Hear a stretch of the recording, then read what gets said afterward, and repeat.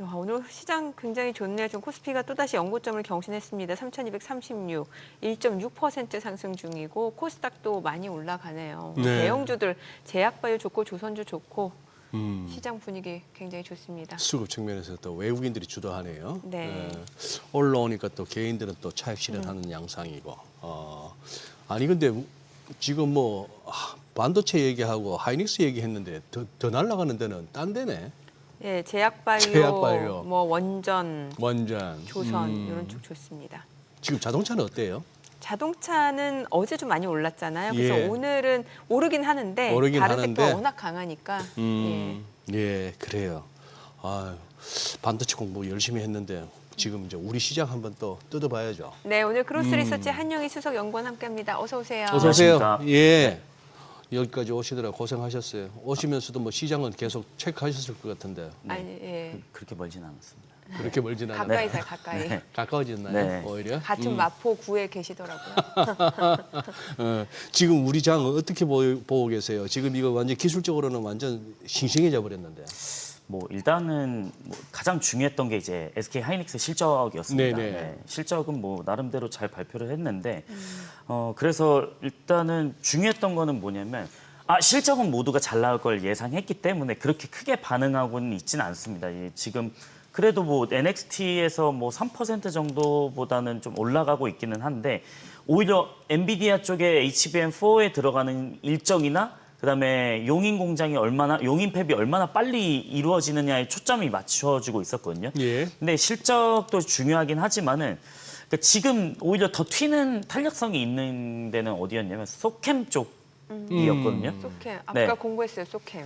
네, 소캠 쪽인데 이제 TLB라든지 네. 뭐 이런 기판 쪽이 좀 올라가는 부분들을 보자면 여기서 나온 이슈가 하나가 뭐였냐면 하반기에 엔비디아 소캠 공급한다. 라는 내용이 나왔습니다. 그래서 이제 컨콜이 저도 지금 방송을 하고 있어서 듣지는 네. 못하고는 있는데 결국에는 하이닉스가 엔비디아 쪽이랑 더 밀접한 관계가 되어 있고 여기에 관련된 이제 소캠 공급사라든지 뭐 PCB 장비 뭐 이런 업체들이 좀 수혜를 지금 많이 받고 있지 않나. 먼저 튀어나간다라고 네. 보시면 좋을 것 같습니다. 그래서 일단 실적은 너무나 잘 나왔고요.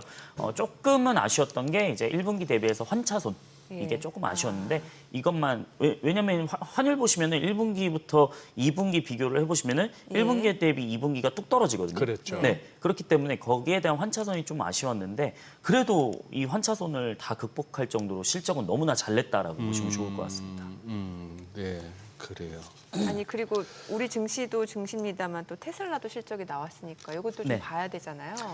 네, 제가 이거 정리하느라고 진짜 새벽 5시부터 지금까지 정리했는데 네. 거의 3시간 걸리기는 했습니다. 그래서 간단하게 말씀을 드리면 이렇게 좋게 어느 정도 좋게 발표를 했는데 왜 이렇게 주가가 많이 빠졌어? 라는 게 좀 있었습니다. 네. 근데 주가가 빠졌다는 얘기는 실적 발표 후 시간에서 빠졌다 그 말씀이죠. 네, 맞습니다. 그래서 시장 예상치는 살짝 하회했어요. 살짝 밑돌았죠. 네, 예. 살짝 매출도 그렇고요. 그러니까 거의 차이 없었거든요. 오히려 실적 발표 딱 하고 나서 오히려 시간에서는 올랐어요. 1% 정도. 근데 어닝콜 시작하고 나서 이게 쭉 빠졌거든요. 아하. 네, 그 이유들이 뭐냐면 자 보시면은 이제 관세에서 좀 드러난 그 실적에 대한 경고들이 좀 있었습니다. 이제 앞으로 어떻게 될 거냐라는 게 있었는데 이제 에너지 스토리지 장치가 지금은 자동차 이후로는 두 번째로 돈을 잘 버는 사업부긴 하거든요. 근데 여기서 이제 그 관세에 대한 부분들, 그다음에 이 EV 세금 공제 만료 이런 부분들이 좀 발목을 붙잡다 보니까 수익성에 대한 경계심이 좀 높아진 거죠. 그래서 여기서 첫 번째 하락 포인트가 있었고, 그다음에 로보택시 서비스에 대한 내용들이 있었는데 어쨌든 시장이 기대했던 내용보다는 좀 더디다. 그러니까 지금 확장되는 속도들 이게 조금 더디다라는 게 있었고 그다음에 마진에 대한 좀 압박이 있었습니다. 그래서 이번 컨콜 같은 경우에는 저도 일론 머스크 등장하면서 지금까지 보고 오기는 했는데 또 XAI에 또 집중을 하겠다라는 내용들까지 좀 포함되면서 네. 좀 단기적으로 부담스럽지 않았나 이렇게 말씀드리고 싶습니다. 뭐 이것저것 이렇게 자금을 많이 땡겨가는 것 같던데 네. XAI도 얼마 16 우리 돈으로 한 16조 원 조달? 네네. 뭐 이것뿐만 아니고 최근 들어 12억 불 정도 조달한 120억 불 조달한 120억 불. 네. 그냥 갖고 있는 현금 갖고 해도 되지 않나? 어떻게 보세요? 그런 하기야 뭐 투자. 부족할 겁니다. 왜 그러냐면 지금 콜로서스 2를 만들어야 되는데 네. 콜로서스 2에서 이제 뭐 지금은 H100을 산다라고 하지만 이제 GV200을 사야 되거나 이런 블랙웰 GPU를 사야 될 텐데 그럼 그 단가를 지금 몇십만 장을 경쟁이거든요. 네. 지금 메타가 빨리 가냐, XAI가 빨리 가냐. 결국엔 지금 XAI가 제일 빨리 가기는 해요. 그러면은 여기서 탑으로 되기 위해서는 엔비디아 GPU 필요한 거죠. 그러면은 지금 블랙웰 GPU 선주문을 넣어야 되는데 돈이 필요한 거거든요. 네. 그럼 콜로서스 2를 완성시키기 위해서는 지금 모든 테슬라 에너지 장치도 그 어떻게 보면은 콜로서스에 많이 들어갑니다. 왜냐하면 이 인공지능을 추론할 때 한 번에 전력 확 쓰게 되면 이게 불안정해지거든요. 그 안정적으로 전력을 공급하려면 뭐가 필요하냐면 테슬라 메가팩이 필요한 거죠. 그래서 테슬라 메가팩을 거의 수십 대, 수백 대를 거기에다 넣습니다. 그것도 이제 연결되는 부분이고 아마 자금 조달을 해야 될 겁니다. 그 정도 GPU를 사기 위해서. 지금 목표는 뭐 몇십만 장이라고 하는데 결국에는 뭐 100만 장 이상으로 확대하겠다고 했죠. 그러면은 자금은 필요할 겁니다. 아직까지 XAI가 수익성으로 갖추기는 어렵다 보니까. 그래서 자금 조달은 좀 필요할 것 같기는 합니다. 야, 오늘 예. 네, 말씀. 예. 테슬라 이제 얘기는 이쯤에서 마무리하면 될까요? 아니면 예. 중요한 게 또 있었습니다. 뭐냐면 자동차 쪽에서는 네. 그 지금 중국이랑 유럽 쪽을 좀 보시면 되는데 네. 중국에서는 FSD 슈퍼바이즈드 출시 준비를 하고 있다라고 밝혔고 이게 규제 승인 대기 중이다라고 네. 밝혔습니다. 그다음에 유럽 쪽에서도 그러니까 FSD 슈퍼바이즈드 출시 준비 중이고 여기도 이제 규제를 대기하고 있다라고 밝혔습니다. 그러면 규제만 떨어진다라고 하면은 일단은 유럽 쪽이나 중국 쪽에서도 FSD 출시가 가능하다라는 거고요.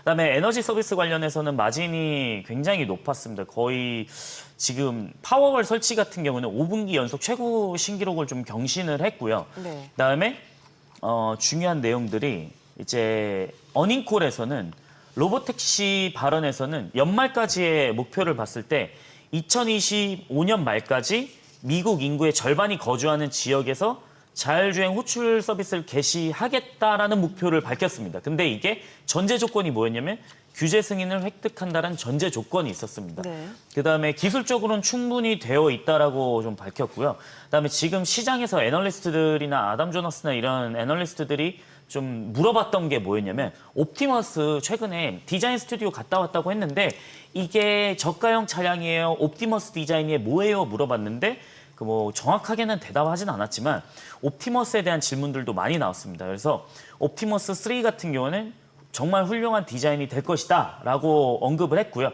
그래서 지금 보시는 영상은 제가 이제 가져온 건데 X에서 가져온 겁니다. 테슬라의 다이너가 있습니다. 이게 뭐냐면 그 테슬라가 식당을 하나 차렸거든요. 네.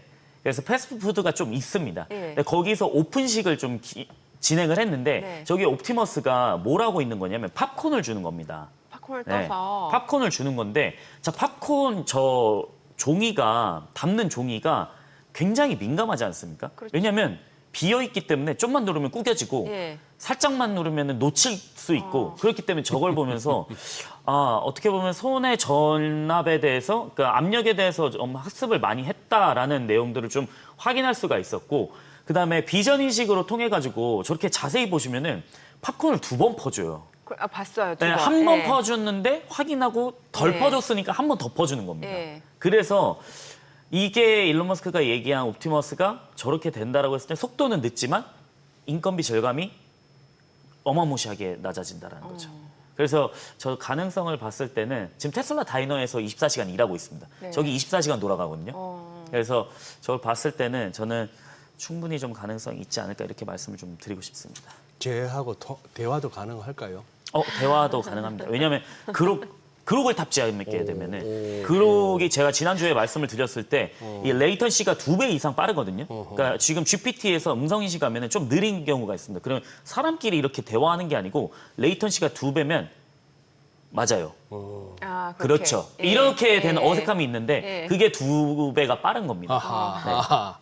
그래서 그런 부분들까지 좀 기대감이 있었다. 그래서 주가 측면에서는 저는 뭐 200달러 후반대가 온다라고 하면 여전히 좀 기회라고는 좀 보고 있습니다.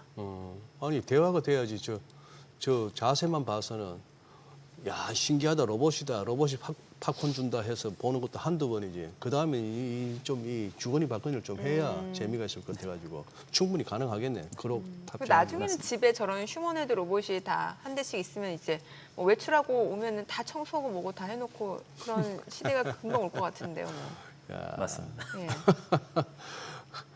그렇게 됐을 때 뭐 AI와 로봇 산업의 발전 뭐 이 속도가 이제 빠르긴 빠른데 가면 갈수록 진짜 그 나중에 사람은 뭐 하고 살지 하는 생각이 자꾸 드네. AI를 활용을 잘 해야죠. 예. 그러네. 예. 시장 얘기할게요. 오늘 제약바이오가 굉장히 강한데 네. 앞서서도 보니까 삼천당 제약 사실 네. 어제도 이제 상한가였고 이게 보니까 비만 치료제 복제약 뭐 얘기가 있는 것 같고 최근에 또 여러 기업들 바이오 쪽 기업들도 많이 다녀오시잖아요. 네네. 예. 저희가 이제 D&D 파마텍은 이제 온라인 IR을 진행해가지고 지난주에 진행을 해가지고 사실 시장에서 관심이 굉장히 좀 뜨거웠습니다. 그래서 D&D 파마텍이 DD01 이제 오랄링크라는 경구용은 이제 메세라랑 같이 공동 개발 연구하면서 비만 치료제를 개발하는 부분들이 있고요.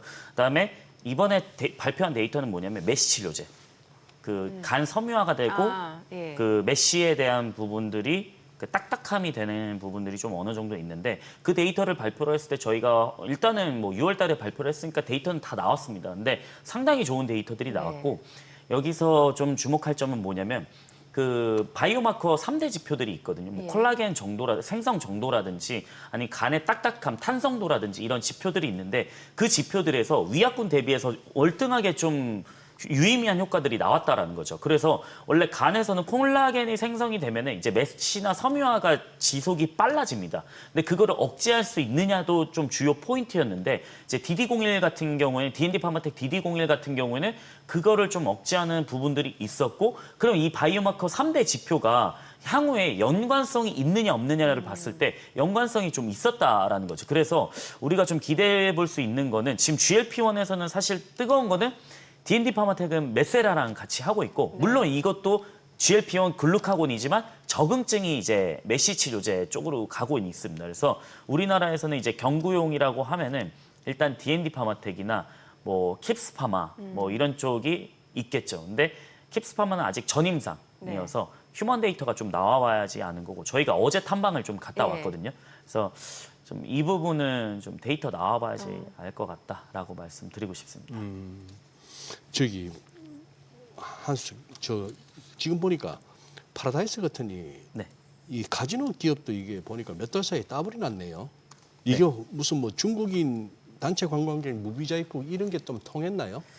네, 그 7월 달에 그 주요 이벤트가 있었던 게 이제 네. 7월 달에 중국인 무비자 관광객이 허용된다라는 게 예. 있었잖아요. 예. 네, 원래 중국 쪽에서는 먼저 그거를 허용해줬습니다. 우리나라. 그래서 상하이 가거나 요즘에 그런 거 있잖아요. 상하이에 골프 여행인데 뭐 30만 원, 뭐 봤어요. 72홀 예. 도는데 30만 원이다. 그래서 네. 많이 간다 이런 얘기들이 예. 있잖아요. 그게 어느 정도 좀 이어지는 거거든요. 근데 네. 먼저 중국에서 허용을 해줬고 그 다음에 우리나라가 이제 3분기에 시작이 되는 건데 예. 그래서 최근에 보시면은 중국인 관광객들이 서울에 뭐 올리브영 가 보시면은 상당히 많습니다. 그리고 예. 성수동 가 보시면은 무신사의 평일에 낮에는 중국인 분들이 정말 많습니다.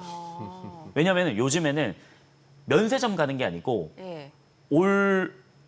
올다무더라고요. 올다무라고 하더라고요. 올리브영, 다이소, 무신사 이렇게 올다무라고 하더라고요. 예. 근데 그 중국인 무비자 단체 관광객을 이제 허가를 해줬는데 그러니까 저는 여기서 중요한 거는 뭐냐면 카지노 관련주에서도 메스 고객들이 좀 늘어난다라는 건데 그러니까 지난 11월부터 5월까지 중국인 관광객이 179만 명이 넘습니다. 근데 제가 저거를 이제 통계 데이터로 가져온 건데 네. 점차 중국인 입국자 수가 늘어나고 있습니다. 뭐냐면 중국인이 남색이고 일본인이 보라색인데 점차 늘어나다 보니까 저는 카지노주를 좀 주목해야 되는데 지금 카지노주 GKL, 파라다이스, 롯데관광개발 이렇게 3대가 있다라고 하면은 강원랜드는 국내니까 예. 이제 이 3개가 있다라고 하면 여기는 밸류가 좀 높아졌다. 그래서 저는 매스 고객도 늘어나니까 제가 일전에 말씀드린 이제 토비스를 예. 말씀을 드렸었잖아요. 근데 왜 토비스가 또 이게 제가 지난번에 산업보고서를 이제 카지노 관련주 말씀드린 다음에 지금 주가가 좀 상승을 했어요. 네. 근데도 불구하고 다른 카지노주 대비해서 여전히 밸류는 낮다라는 거죠. 왜냐면은 이번 연도 컨센 기준으로 매출액이 6,800억이고 영업이익이 650억인데 네. 지금 토비스가 시가총액이 2,600억 정도거든요. 그럼 PER 기준으로 봤을 때는 거의 5배 수준입니다. 네. 5.5배 수준인데 그럼 GKR하고 파라다이스 밸류를 봤을 때는 GKL이 18배고 파라다이스가 지금 주가가 많이 올라가지고 21배 정도인데 토비스는 지금 5배 정도로 좀 저평가되어 있다고 저는 생각을 하고 그다음에 계속적으로 좀 성장을 하는데 아까 말씀드린 그 매스 고객이 많을수록 토비스는 왜 좋냐면 네. 중국에서는 자본 유출 정책으로 인해 가지고 아 이거 자본 자꾸 유출되니까 너네 정키빵 그런 이렇게 알선하지 마. 다 단속을 했습니다. 그래서 중국인 VIP들이 다 꺾였어요. 왜냐? 자본 유출해서 처벌받으면 안 되니까. 네. 그러면은 그냥 재미로 하시는 그 매스 고객들 있잖아요. 가격이 재미- 적으신 분들. 재미로 하는. 네.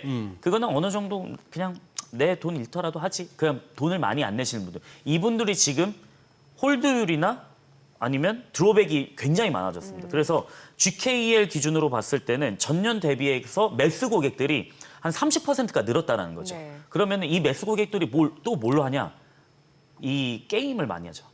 그 모니터로 하는 게임. 예. 그 모니터를 만드는 업체가 이제 토비스입니다. 그렇기 때문에 일본이나 태국에서도 이 토비스가 그 3대 카지노 업체, 게임 업체를 공략하고 있다 보니까 좀 실적을 늘어날 가능성이 좀 높을 수 있다라고 좀 말씀드리고 싶습니다. 네. 이번 주에도 그 산업 보고서 네. 나왔죠. 네. 어떤 기업인가요? 이번 주는 저희가 또 계속 요즘에 재밌는 거를 하고 있는데 네네. 드론 산업 보고서를 드론. 네. 드론? 아. 네. 오. 드론 뭐지 이렇게 어렵게 생각하시는 분들도 많은데 그냥 비행체잖아요. 비행 날리고 예, 하는 예. 건데 이게 최근에 우리나라 드론 업체들이 좀 수혜를 받을 수 있는 거는 뭐냐면 저희는 이제 탑픽 종목으로는 이제 에이럭스를 가져왔어요. 그래도 실적이 나오는 종목을 좀 소개를 해보자라고 해서 에이럭스를 가져왔는데 그러니까 결국에는 지금 미국하고 중국이 서로 때리기 하고 있는데 작년에 하원에서 통과시킨 법안 중에 하나가 뭐냐면 네. 중국 DJI 쓰지 마라. DJI가 글로벌 1등이잖아요. 아, 드론 쪽에서. 네, 드론 쪽에서는 예. 1등입니다. 그래서 우리나라에서도 DJI 드론 쓰려면은 막 180만 원 주고 이러는데 자꾸 이게 국방으로 들어오니까 화웨이 같은 거죠. 네. 자꾸 이거 카메라 니네가 가져가서 쓰는 거 아니야? 야, 부품 우리 이거 의존하다가 큰일 나는 거 아니야? 그래서 이걸 금지하는 법안을 통과시켰습니다. 근데 네. 문제가 뭐였냐면은 이게 중국이 미국 시장에서 상업용 시장 점유율이 80%였어요. 예. DJI, 오텔 로보틱스 이런 업체들이. 근데 이게 한 번에 다 빠지다 보니까 그럼 이거 어디서 메꾸냐? 그러면 찾아와야죠. 뭐 일본도 있습니다. 근데 일본도 있는데 일본하고 이제 대만 같은 경우에는 드론 가격이 한 14,000달러 정도 됩니다. 네. 일본이 그 소텐 드론 같은 경우에는 14,500달러 정도 되고요. 그다음에 대만의 썬더타이거 오버킬 FPV 드론이 한 300에서 600달러 정도 됩니다. 근데 에이럭스 그 교육용 드론 배틀로 드론 같은 경우에는 한 80에서 130달러 정도 수준의 가격이 형성되어 있거든요. 네. 근데 문제는 또 그건 거죠. 트럼프가 얘기한 거. 내가 원한 거는 비싼 드론이 아니야. 싼 드론을 만들고 대량으로 만들어야 돼. 예. 라고 언급을 분명히 했거든요. 그러면 싼 드론을 만들어야 되는 게 문제인 거죠. 네. 근데 지금 그게 안 되고 있다 보니까 그 빈자리를 메꿀 수 있는 업체는 이제 좀 에이럭스가 할 수 있지 않을까. 왜냐, 에이럭스는 자체 비행 제어 장치를 만듭니다. 네. 그러니까 비행이 균형이 되고 할 수 있는 이제 칩을 만드는데 이 비행 제어 장치를 만드는 자체 공장이 또 있습니다. 인천에.